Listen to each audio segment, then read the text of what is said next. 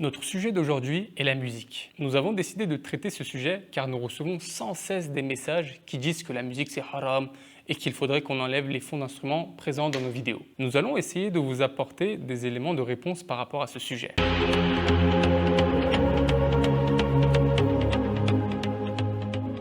Dans un premier temps, nous allons vous proposer des extraits et nous allons vous demander de vous faire votre propre opinion sur le statut licite ou illicite de l'extrait en question. Dans un second temps, nous allons voir le verset et les hadiths concernant la musique. Et dans un troisième temps, nous allons vous proposer notre point de vue basé sur les imams que nous connaissons et vous apporter les éléments de réponse par rapport aux extraits que nous aurons écoutés tous ensemble. Commençons de suite.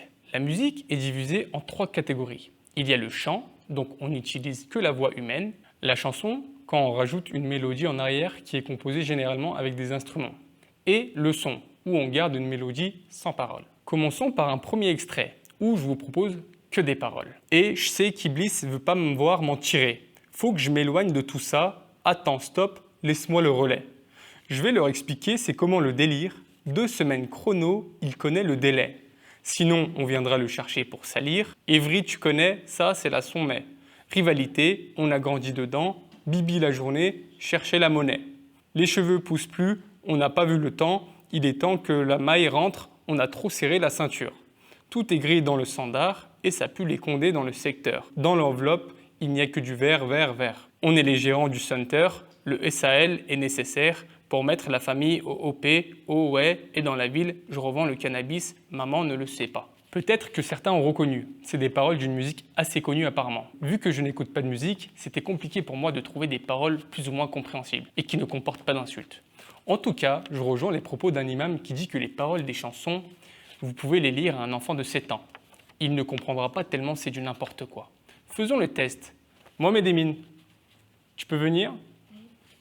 Qu'est-ce que tu as compris de ces paroles? Franchement, j'ai rien compris. Voilà, c'est clair. Je pense que vous pouvez faire de même ici. L'enfant ne comprendra pas. Ça prouve à quel point on écoute des paroles vides et incompréhensibles. À votre avis, cet extrait était-il licite ou illicite? Je pense que nous avons tous la bonne réponse. Passons à notre deuxième extrait. C'est que de la parole sans musique également. Je t'écris ce soir à la lueur d'une bougie ces quelques mots simples porteurs de ma vie, qui traverseront le temps pour venir en émoi, sécher les larmes que tu as jadis versées pour moi. On dirait une lettre ou une poésie, destinée à une personne qu'on aime vraiment. On dirait que ça sent l'amour dans l'air. Qu'est-ce que vous en pensez? C'est autorisé ou non d'écouter quelqu'un qui chante cela? À partir de là, les avis vont sûrement diverger. Passons à notre troisième extrait et je vous laisse écouter.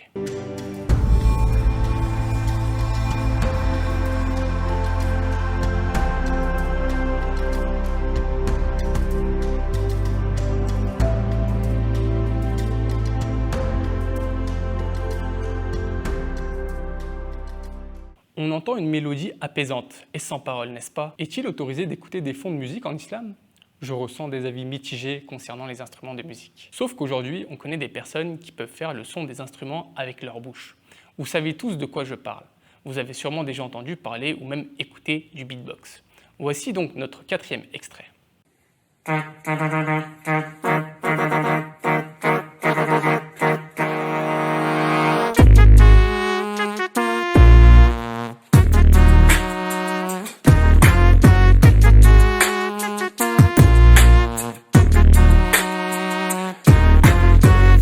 À votre avis, c'est interdit ou autorisé? La question devient compliquée, n'est-ce pas? Aujourd'hui, il existe même des loop stations. C'est un équipement qui permet d'enregistrer du son, de rajouter des effets sur la voix et de répéter de façon illimitée. Cela permet de composer une musique et ceux qui font du beatbox et qui utilisent cet équipement peuvent vraiment réaliser une musique composée d'énormément d'instruments, mais en utilisant uniquement la voix. Voici notre 5e extrait.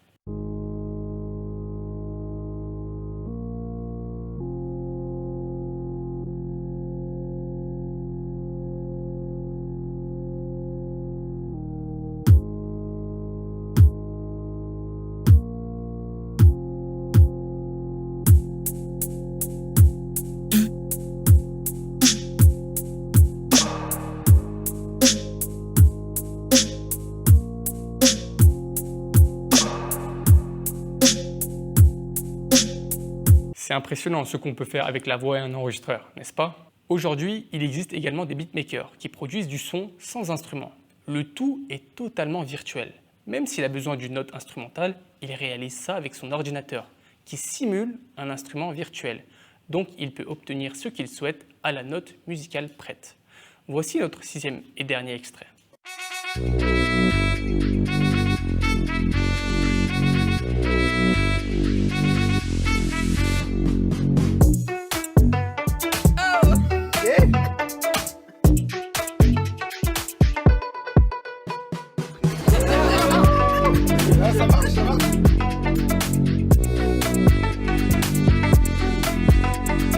Avez-vous réussi à savoir pour chaque extrait s'il était permis ou non d'écouter le chant, la chanson ou bien le son? À la fin de cette vidéo, nous aurons les éléments de réponse pour éclaircir tout cela.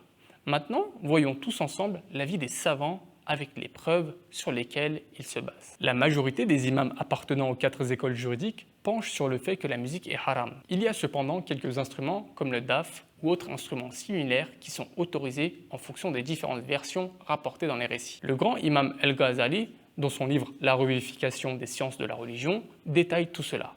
Malgré qu'il savait la position des 4 grands imams des écoles juridiques, il a dû détailler ce sujet. Car les 4 grands imams n'ont pas clôturé simplement le sujet en disant que c'était haram. Certains ont dit de s'éloigner de la musique, mais qu'il était autorisé dans certains cas. C'est pour cette raison que l'imam Al-Ghazali a dû détailler ce sujet dans son livre. Il ne faut pas croire qu'il est allé à l'encontre des 4 grands imams. Donc pour plus de détails, je vous laisse vous référer à son livre. Maintenant, voyons tous ensemble quelques arguments mis en avant par les imams qui sont d'avis que la musique est interdite. Premièrement, il se base sur un verset dans le Coran qui est le suivant. Et parmi les hommes, il est quelqu'un qui, dénué de science, achète de plaisants discours pour égarer hors du chemin d'Allah et pour le prendre en raillerie. Ceux-là subiront un châtiment avilissant. Dans certaines exégèses, on met en avant la parole du compagnon Abdullah ibn Mas'ud, qu'Allah l'agrée, qui jure que les plaisants discours cités dans le verset s'agiraient en réalité de la musique. Dans d'autres exégèses, cela concerne les chants ou le fait d'acheter des femmes qui chantent. Et dans d'autres exégèses, cela concerne plutôt tout discours contenant du polythéisme ou des discours vides et inutiles qui n'apportent rien. Un deuxième argument qui est souvent mis en avant est le hadith suivant. Il y aura des gens dans ma communauté qui vont rendre licite l'adultère, la soie, le vin et les instruments de musique. Maintenant, je vous pose la question, est-ce que la soie est autorisée en islam? Cela est permis pour la femme, mais pas pour l'homme, n'est-ce pas? Donc la soie est autorisée sous certaines conditions. On peut donc conclure que cela ne ferme pas totalement la porte de l'autorisation pour les instruments de musique. Peut-être que sous certaines conditions, les instruments sont autorisés. Le troisième argument qui est mis en avant est le hadith suivant. Le compagnon Nafi rapporte qu'Abdullah ibn Omar entendit le son d'une flûte. Il se boucha les oreilles à l'aide de ses doigts et écarta sa mule de la route en disant « Oh Nafi, Nafi, entends-tu » Nafi répondit par l'affirmatif. Il continua d'avancer avec les doigts sur les oreilles, jusqu'à ce que je lui dise « Je n'entends plus le son ». Il retira alors ses doigts et revint vers la route.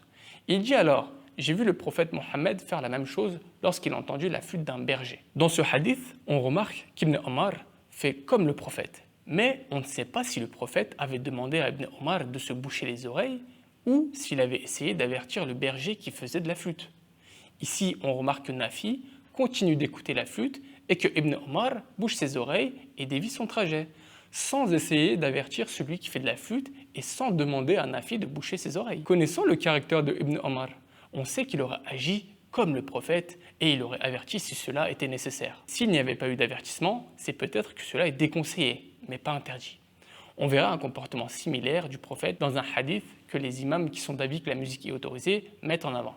Passons maintenant à ces hadiths qui semblent autoriser la musique et les instruments. Premièrement, un jour de l'Aïd, 2 petites filles chantaient et jouaient du tambourin dans l'appartement de Aïcha. Alors que le prophète était allongé et s'était recouvert le visage, Abu Bakr entra et reprocha à Aïcha cet état des choses. Mais le prophète lui dit « Laisse-les, Abu Bakr, chaque peuple a son jour de fête et aujourd'hui c'est le nôtre. » On voit que le prophète, que la paix soit sur lui, agit comme dans le hadith rapporté par Nafi, que nous avons vu précédemment. Il s'éloigne de la situation en se recouvrant le visage, mais ne l'interdit pas. Bien au contraire, il demande carrément à Abu Bakr de les laisser faire. On observe une autorisation. Passons au deuxième hadith. Alors que Aïcha avait fait l'organisation d'un mariage, le prophète lui dit « Aïcha, n'aviez-vous donc pas d'amusement ? Les Ansar aiment l'amusement. » Dans une autre version, le prophète dit « Si vous aviez envoyé une petite fille qui jouerait du tambourin et chanterait. » Ici, on remarque que le prophète autorise l'amusement lors d'un mariage et parce que le groupe des Ansar aime l'amusement. Aujourd'hui, on est là, on dit directement aux jeunes que la musique c'est haram, que c'est interdit, alors qu'ils aiment s'amuser. Après, on s'étonne que les jeunes se désintéressent de l'islam. Au fur et à mesure de son niveau de piété, par la suite, il s'éloignera de la musique, ne vous inquiétez pas pour ça. Il va prendre exemple sur le prophète et il verra que le prophète s'éloignait de tout cela, donc il fera de même. Nous devons agir de la même manière que le prophète a agi avec les Ansar. Donc nous devons être tolérants avec ces jeunes et essayer de les regagner à l'islam. Voyons maintenant un troisième hadith. Après que le prophète soit revenu d'une campagne, une servante vint le voir et lui dit « J'avais fait le vœu de jouer du tambourin et de chanter devant toi si Dieu te faisait retourner sain et sauf. » Le prophète lui dit « Si tu en avais fait le vœu, joue-en, sinon ne le fais pas. » Elle se mit donc à le faire. Abu Bakr entra alors qu'elle le faisait, puis Ali entra alors qu'elle le faisait, puis Othman entra alors qu'elle le faisait, toujours, puis Omar entra, elle déposa le tambourin et s'assit dessus. Le prophète autorise carrément à la servante de jouer et chanter devant lui, mais que si elle n'avait pas fait de vœu, il ne préférait pas. Donc, encore une fois, le prophète s'en éloigne, mais autorise l'amusement en soi. Nous avons donc vu 3 arguments qui sont contre et 3 arguments qui sont pour. Il y en a d'autres, évidemment, mais ici, nous voulions vous montrer que tous les arguments sont discutables et qu'il n'y a pas un ordre bien précis dans le Coran ou dans la Sunna du prophète concernant la musique. Il y a des moments où la musique est clairement interdite et que les savants ne divergent pas sur le sujet. Premièrement, quand la personne qui chante est une femme et que les hommes l'écoutent. Évidemment, quand une femme chante, il y a de la complaisance dans sa voix et cela conduit à la tentation pour l'homme. Donc, dans ce cas-là, c'est interdit à l'homme d'écouter la musique de cette femme. Deuxièmement, les musiques contenant des paroles qui vont à l'encontre de la religion sont interdites. Par exemple, s'il y a des insultes ou des paroles qui appellent à la rébellion, à la désobéissance, à faire du mal, à commettre l'interdit, à l'association, au polythéisme, etc., etc. En résumé, toute parole qui t'amène à dire ou à faire des choses qui déplaisent à Allah. Troisièmement, les musiques dans les lieux où l'interdit est présent. Par exemple, les boîtes de nuit, les bars, les soirées alcoolisées, ou les mariages où les femmes dansent avec des hommes qui leur sont étrangers islamiquement parlant. En résumé, tout événement où la musique accompagne l'interdit. Et pour finir, quatrièmement, la musique qui vous empêche d'accomplir vos obligations religieuses. Par exemple, si vous êtes à un événement ne contenant pas d'interdit, mais que vous allez louper votre prière à cause de la musique, car vous n'arrivez pas à prier dans ces lieux. Dans ce cas-là, cette musique est interdite pour vous aussi. Ou bien, si vous êtes accro à la musique et que vous gaspillez votre temps à écouter de la musique, cela est interdit également. Maintenant, nous allons vous partager notre point de vue concernant le sujet en se basant sur les dires de quelques imams que nous connaissons. D'abord, il faut savoir que le son en soi n'est pas interdit. Rien que dans la nature, vous trouverez des sons qui vous apaisent. Allah a défini des sons pour énormément de situations. Les humains, les animaux, les oiseaux, la pluie, le vent, les vagues, les feuilles, on entend des sons de partout. D'ailleurs, vous pouvez retrouver sur Internet des pistes qui durent en moyenne plus de 8 heures avec les sons de la nature et ces pistes possèdent des millions de vues tellement c'est apprécié par l'humain. Évidemment, qui n'apprécie pas les chants des oiseaux au petit matin? On peut dire qu'Allah nous a proposé des musiques merveilleuses dans sa création. Donc s'il voulait interdire la musique, il l'aurait clairement annoncé dans son livre. Si on accepte le point de vue que la musique est haram, dans ce cas-là, vous ne devez pas regarder la télé, car les films, les séries, même les pubs comportent de la musique. Vous ne devez pas aller dans les centres commerciaux, ni dans les supermarchés. Ils mettent tous de la musique en fond. Vous ne devez pas être mis en attente quand vous appelez un opérateur ou tout autre type d'entreprise. Vous ne devez pas utiliser les réseaux sociaux, car il y a de la musique dans la majorité des vidéos que vous visionnez. D'ailleurs, ça nous fait sourire les commentaires qui nous demandent d'enlever les fonds de musique sur nos vidéos TikTok. Mais qu'est-ce que vous faites sur TikTok si la musique c'est haram? C'est pareil pour les autres réseaux sociaux, évidemment. Quand vous faites un rappel à quelqu'un, regardez d'abord si vous appliquez vous-même ce que vous dites. Il faut être un minimum crédible. Comme nous avons pu le voir précédemment, il y a divergence sur le sujet. Concernant les hadiths qui interdisent la musique, elles ont été rapportées dans des contextes où les personnes buvaient de l'alcool ou bien faisaient danser des femmes devant les hommes pour s'amuser. D'ailleurs, si vous avez vu le film Le Message, vous pouvez le remarquer qu'à l'époque, à chaque fois qu'ils s'amusent, c'est musique, alcool et femmes qui dansent devant les hommes. Donc l'interdiction ne vient pas directement de la musique, mais plutôt des circonstances dans lesquelles elle est jouée. Donc on ne peut pas dire que la musique est haram, c'est-à-dire interdite. C'est une grande responsabilité et un mensonge d'affirmer cela. Mais on ne peut pas dire qu'elle est totalement autorisée aussi. L'imam Saïd Nursi cite dans son exégèse le passage suivant. En termes de charia, certaines voix sont halal et certaines sont interdites. Oui, les voix qui rappellent le grand chagrin et l'amour divin sont halal. Les voix qui provoquent des chagrins orphelins et des désirs lubriques sont haram. La partie qui n'est pas déterminée par la charia est jugée en fonction de l'effet qu'elle a sur votre âme et votre conscience. En musique, il y a la voix humaine et ou la voix instrumentale. Dans tous les cas, un son est émis d'une certaine manière. Qu'elle soit faite par un instrument ou par la parole, cela n'a pas d'importance. Le plus important, c'est l'appréciation et l'influence que cela apporte à la personne. Le son légitime rappelle le grand chagrin, c'est-à-dire la fugacité du monde, le fait que la mort peut survenir à tout moment, qu'un jour on sera sous la terre et la crainte d'Allah. Il rappelle aussi l'amour divin, c'est-à-dire l'amour d'Allah le Tout-Puissant. Cela devrait rappeler les manifestations, les apparences des noms et attributs sublimes de Dieu dans les œuvres d'art, donc dans ses créations qui nous entourent. Il est halal et permis d'écouter tout son qui provoque ces sentiments. Mais les chagrins orphelins, donc les sons qui donnent du désespoir aux gens, leur rappellent la douleur d'être séparés de leurs proches et des bénédictions, poussent les gens au pessimisme. Les sons qui font appel aux sentiments sensuels des gens et qui plaisent à l'âme quand ils les écoutent sont haram et il n'est pas permis de les écouter. Il y a aussi des sons qui n'entrent pas dans ces deux classes, qui diffèrent d'une personne à l'autre. Par exemple, une personne écoutant un morceau de musique ressent un sentiment d'amour spirituel et une autre, en écoutant la même musique, ressent un sentiment d'amour malsaine et mondaine. Un exemple concret est l'extrait numéro 2 que nous avons écouté en début de vidéo. Je vous rappelle l'extrait qui est le suivant. Je t'écris ce soir à la lueur d'une bougie, ces quelques mots simples, porteurs de ma vie, traverseront le temps pour venir en émoi, sécher les larmes que tu as jadis versées pour moi. Dans cette situation, soit vous êtes jeune et vous pensez à un amour mondain, donc cet extrait devient illicite pour vous, soit vous êtes quelqu'un d'assez pieux pour penser au prophète, et dans ce cas, l'extrait est licite pour vous. D'ailleurs, c'est un morceau d'un poème pour notre bien-aimé. Je vous lis les vers suivants qui sont « Je te salue, ô prophète, ô noble cœur, ô miséricorde, ô professeur. Tu as contré les coups, résisté, tout ça pourquoi? Pour que la ilaha illallah puisse revivre en moi. » Évidemment, le poème complet est licite pour tout le monde, car on sait qu'on parle du prophète. L'extrait 1 est illicite, car cela incite à vendre du cannabis. L'imam Ghazali déclare que la musique peut avoir 3 statuts juridiques. Et il dit que, pour ceux qui débordent de désirs et de luxure mondains, seuls les sons qui provoquent ces sentiments sont haram, donc interdites. C'est makrouh, donc détestable, pour une personne qui y passe la majorité de son temps et en fait une habitude. C'est mubah, donc autorisé, pour une personne qui déborde de l'amour d'Allah et dont la belle voix qu'elle entend ne provoque que de beaux attributs en elle-même. L'imam Ghazali déclare ensuite que ce n'est pas la musique qui est haram, mais certaines raisons qui surviennent plus tard. Et il déclare ceci.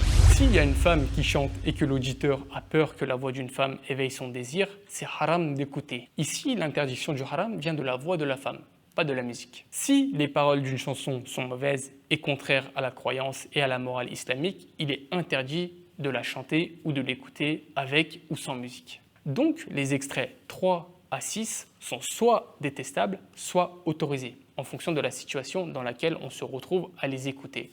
Mais en aucun cas, ils sont haram. Par exemple, l'extrait 3, on peut l'utiliser en fond de musique dans nos vidéos. Cela est autorisé. Vous vous demandez peut-être pourquoi on préfère mettre des fonds de musique dans nos vidéos. C'est pour atteindre plus de personnes, pour toucher plus facilement les sentiments d'une personne lors de nos rappels. Si on s'adressait seulement aux musulmans, on aurait enlevé les fonds de musique. Mais il faut savoir que nos vidéos ne sont pas visionnées uniquement par des musulmans et il faut que les non-croyants sachent que l'islam n'est pas une religion d'interdit, mais une religion qui cadre juste nos amusements. C'est pour ça que nous avons choisi d'agir avec tolérance, comme l'a fait notre bien-aimé prophète avec les Ansar. Donc la musique n'est ni haram ni autorisée, elle dépend de la situation. Le fait que la majorité des savants interdisent la musique et qu'une minorité autorise la musique reflète bien le terrain. On voit clairement que la majorité des musiques comportent des interdits, soit dans la parole, soit dans les clips, et donc sont illicites. Mais il existe des minorités de musique qui peuvent être écoutées à petite dose. Pour finir, j'aimerais conclure avec une phrase que j'ai beaucoup aimée qui dit que la musique doit être présente dans notre vie avec les mêmes proportions que le sel dans nos plats. Donc la quantité doit être faible. Si vous mettez trop de sel, vous ne pourrez pas manger votre plat. Si vous mettez trop de musique dans votre vie, vous ne pourrez pas goûter à la sensation où les cœurs se tranquillisent avec l'évocation d'Allah. Qu'Allah nous aide à remplir nos cœurs avec le dhikr et la parole d'Allah et qu'il nous éloigne des pièges du diable. Amin. Walhamdulillahi Rabbil Alamin.